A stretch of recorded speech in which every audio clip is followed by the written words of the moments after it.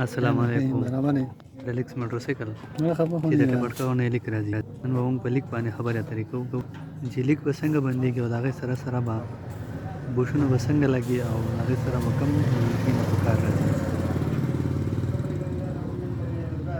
بوش څنګه لګي او د هغې دپاره کوم اوزار لګي. نو راځئ تاسو ته هم ښیو دغه طریقه چې تاسو یې وګورئ. ګورم دغه ټپټکا ورموږ چټو دغه کابلې په ګوتو باندې لرې کوو چې تاسو یې وګورئ، دغه ځایونه وګورئ چې څنګه دغه کابلې مس شوي دي.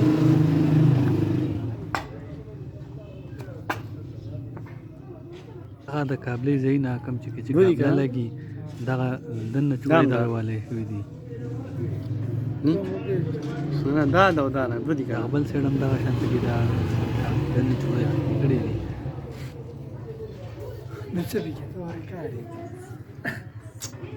د ریل په برمه باندې کولاو هو بیا پکې 10 نمبر بوش لګو. راځئ دغه طریقه تاسو وګورئ.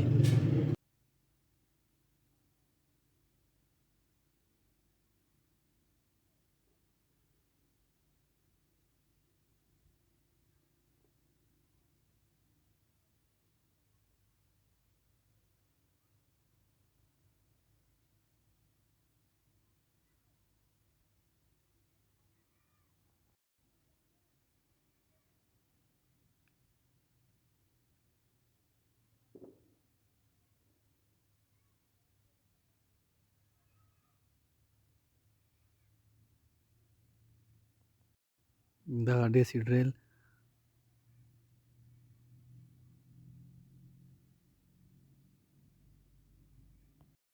مرګو دې لپاره زیات خلک دغه سلنډر هډ کولاوي او په کولاو په دای کې بوشونه وي او دې دلته مونږ په ډاک پړه کې کې دا بوش وو د خپل اسانتیا لپاره د ټیم بچ کولو لپاره.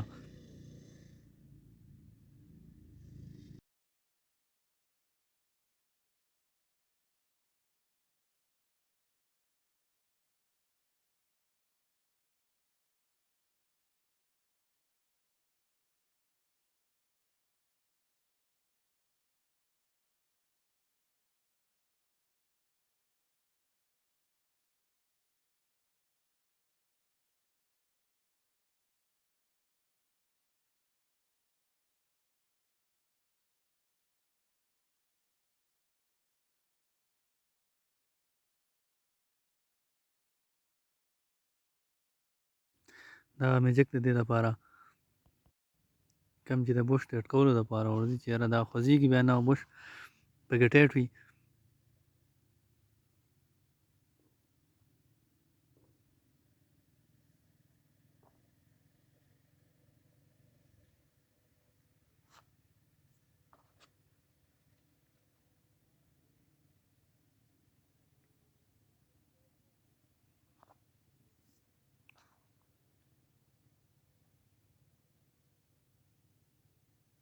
دا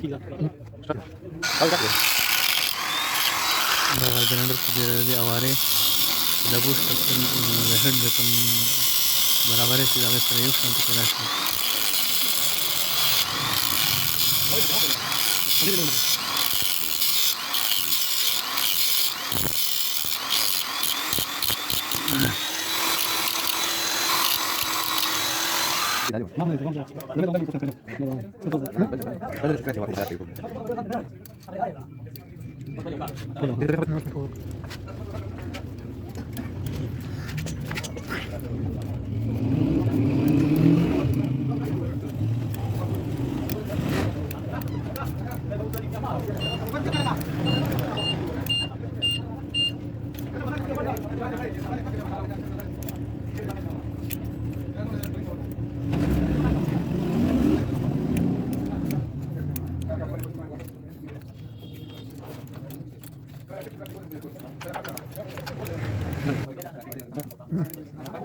دغه بوش برابر شو بالکل اواز شو دغه دویم سایډ